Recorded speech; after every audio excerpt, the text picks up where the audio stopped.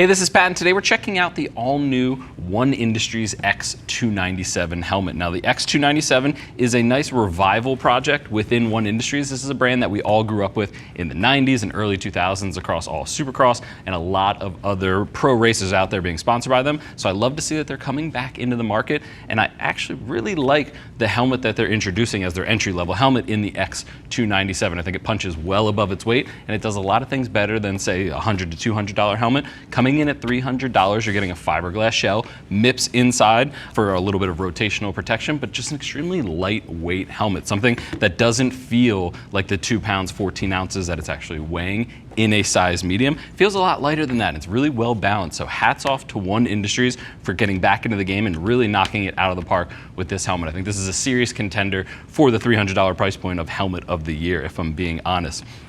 Other features I want to talk about, it is DOT only, but it is intermediate oval, so it's a little bit longer front to back than it is side to side, fits most of the US market out there. And one of the key parts I want to talk about is that it does fit true to size, although I will say it is a little bit loose out of the box. One thing I would call out is if you are between sizes, say between a small or a medium, or between a medium and a large, I would actually go down to the smaller size, just because dirt is something that tends to have the interior liner break in extremely quick with all the sweat that you're usually dumping into the helmet. So it breaks down a little bit quicker, so you might want to just go with the smaller size and know that it will break in about 10 to 15% once you start riding in it. But I really like it. I'd actually be in a medium, which is what I fit in almost every helmet out there. I would go with the medium. I'd probably go with a little bit of a thicker cheek pad. They do offer other thicknesses out there, so you can customize the interior. I'd go with a little bit of a thicker cheek pad, but otherwise it would be fitting me spot on in the size medium, so keep that in mind. I did mention that it's 2 shell sizes. The split is between small and medium, so the first shell size is extra small to small.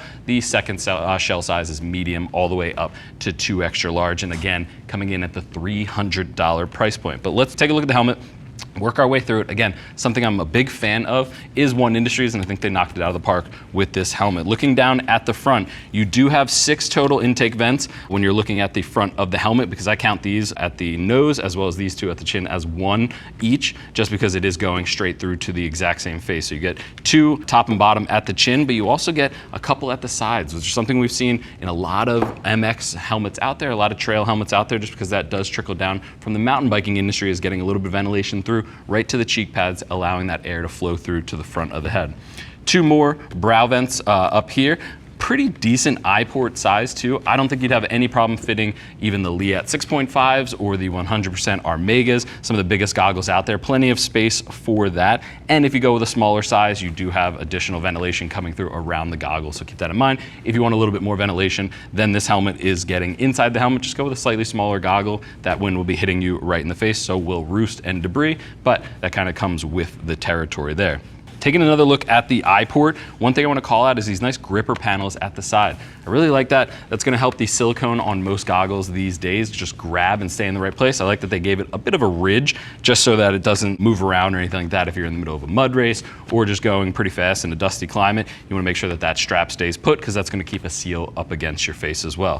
Following that around to the back of the helmet, nice flat area at the back, and that's where you're going to start seeing all of the ventilation in this helmet really start to come through. It does have 12 exhaust vents throughout the entire helmet, but you're looking at a couple in the spoiler back here, a couple down low, but the main ones I want to call out are at the top of the helmet. That's going to help as you're riding really pull a lot of that air back and out away from your head. If you're sitting still on the trail side, or if you're waiting in between motos, it's also going to help radiate heat out. And if you ever need a little bit more ventilation, just a simple tuck down so the peak is out of the way is going to add ventilation through to the EPS and straight through to the headliner. So a lot of ventilation options throughout this helmet that I think help with the weight, but also help with the climate, going into the hotter times of the year, or just if you're running back-to-back motos, you get a lot of ventilation, which is always going to help you focus more and stay more in tune with the bike.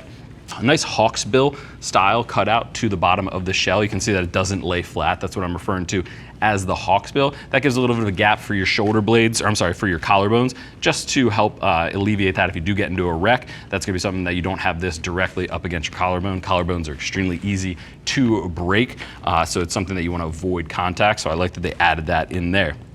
Coming up to the top of the helmet, you do have a non-adjustable peak visor up on here. Really lightweight, really sturdy and in place, but it is using plastic screws at the side. It does come with spare plastic screws in the box as well. And these are meant to shear away in the event of an accident. If you get into an accident, hit the shield or hit the peak up against a tree or up against the ground, that's gonna shear away and break off, but you don't have any adjustability points with it. So you can't raise it or lower it. It's just fixed in a solid position with a center pivot mount, or I'm sorry, not a pivot mount, a center like hole that's gonna help hold it in place there. But again, just goes streamlined with the helmet, really clean lines front to back. That's gonna help with a dirt coming at you, just a little bit of roost, but also aerodynamics when you're going at faster speeds. And it's relatively easy. Like I said, it's a toolless system that you just twist off on the sides for the actual peak itself. I'll pop it off before we go into the interior of the helmet.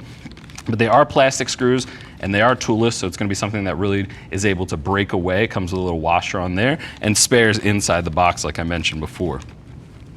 Taking the peak off, you can really see what I was talking about on there. It's nice and lightweight, aerodynamic, and you can see that center point where it actually holds into place is nice and sturdy, but the breakaway points on each side are gonna help in the event of an accident, just get that away from the head. Looking at the interior of the helmet, you do have a double D-ring system to go ahead and release it on the helmet. 3 snaps and a bit of Velcro hold each cheek pad in place. One thing I want to call out is the material that they're using. It is removable, it is washable, it is very ventilated, but it's also quick drying. If you've ever been out there in between motos or if you're doing a long trail ride, quick drying is always essential. It's something that's going to help you just stay cooler. It's going to get that sweat away from your body and not cause any rashes or anything like that, or just discomfort while you're out there riding. One less thing that you're focusing on while you're out there. Now, one call out I do have, and this is for one, just to make sure that they can see this and get maybe an update in the future. There is 3 snaps, but it's also a Velcro mount point. I always prefer to see the male side of the Velcro on the cheek pad itself. And the only reason is if you line up, I'll try to get this shot for our camera guy here. If you line up the cheek pads maybe just a little bit wrong, you have the more aggressive side of the Velcro up against the face. So you could have a little bit of discomfort there. Just make sure you're lining up the cheek pads a little bit better when you're putting it in. And One Industries, if you're listening, I'd just love to see you reverse that. Put the Velcro on the opposite side, put it on the cheek pad versus the back side of the EPS.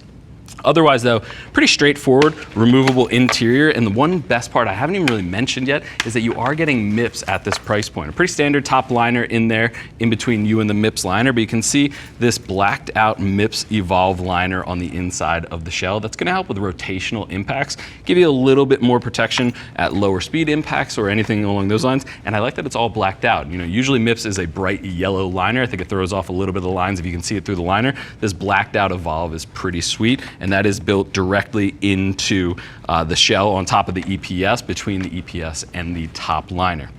One other thing I want to call out with top liner, it's not brow mounted mount points, it's actually 2 snap points up at the forehead. We usually like to see avoiding that for a brow mount system, something that doesn't have snaps, because you can usually feel the snaps on there. Don't feel it really at all with the X-297 though. I think they did a great job of padding it and reinforcing it so you're not feeling those 2 pressure points in there. If you are someone that's, say, like I said before, going down a full size, you might start feeling those, but you can always add an additional layer to the top liner by jumping up into a thicker size there. Good ventilation throughout the entire EPS, and you also get speaker pockets on each side. Those are going to be about 45 millimeters, fit most of the speakers out there on the market, even the HD or JBL or Harman Kardon systems out there. You can easily put that in there by just removing the speaker pocket spacer that's built in there. If you're not using it, I'd recommend keeping that spacer inside the helmet. It's just going to reduce on overall noise and wind levels inside of the lid. All in though, as you can see, it's kind of set up here without the peak, but all in, a solid helmet from One Industries, and I love the offering that they're putting out there. This is going to be the entry into their lines. For $300, you're getting a very lightweight fiberglass overall shell with a Mips liner inside and a whole lot of ventilation that really helps on those hotter race days or those hotter trail days out there throughout the middle of the summer. But if you have any other questions or need any other information on the X-297, go ahead and click that info button. It's going to take you over to the product page where you can read other rider reviews and see what other riders are saying about this helmet. Don't just take my word for it. If you still have questions after that, if you're confused on the sizing, trying to figure out which one's best for you, especially if you're between sizes, give our customer service agents a call. They're all riders, happy to help you get set up on your next ride. I want to thank you for joining me and checking out the all-new One Industries X-297 helmet. I'm Pat. I'll see you in the next video.